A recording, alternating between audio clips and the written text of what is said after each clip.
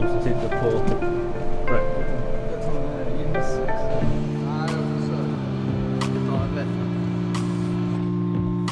This spring I had the chance to visit a Fokker 50 maintenance facility in Malmö.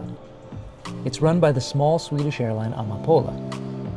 I took a flight on one of their Fokker 50s the week prior, and I've been wondering what goes into keeping these veteran aircraft flying.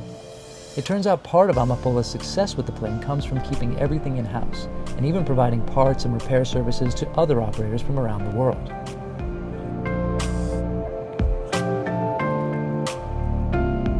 I'm here at the hangar in Malmö's Sturup airport in the south of Sweden, where Amapola fixes up their Fokker 50 fleet.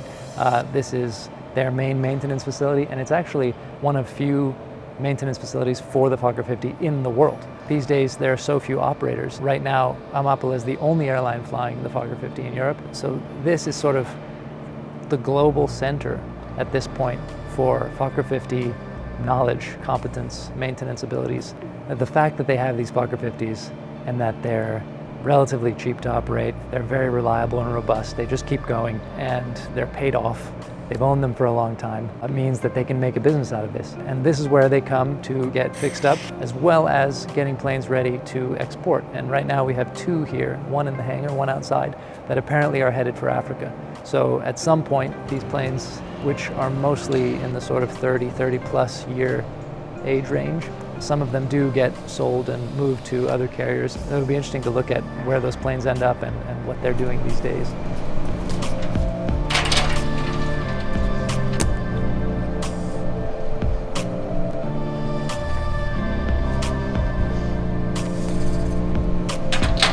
My name is Mikael Wendeborn. I'm the production manager here in Malmö, Sturup Airport. We are one of the last companies in Sweden at least that are performing heavy maintenance on an acting fleet, but we are flying also with passengers and cargo. We have the whole concept performing the flights. We have a flight department, we have the AC, we have the CAMO, and we have the 145 in one piece.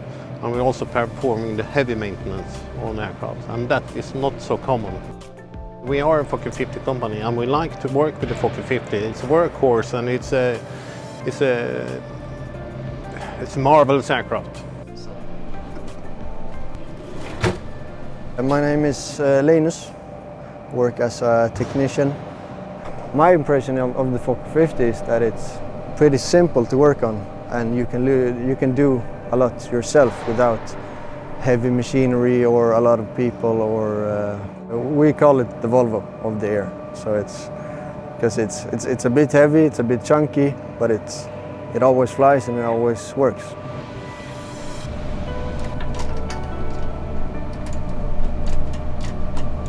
Har du upp så vi kan vända? Ja, Volvo.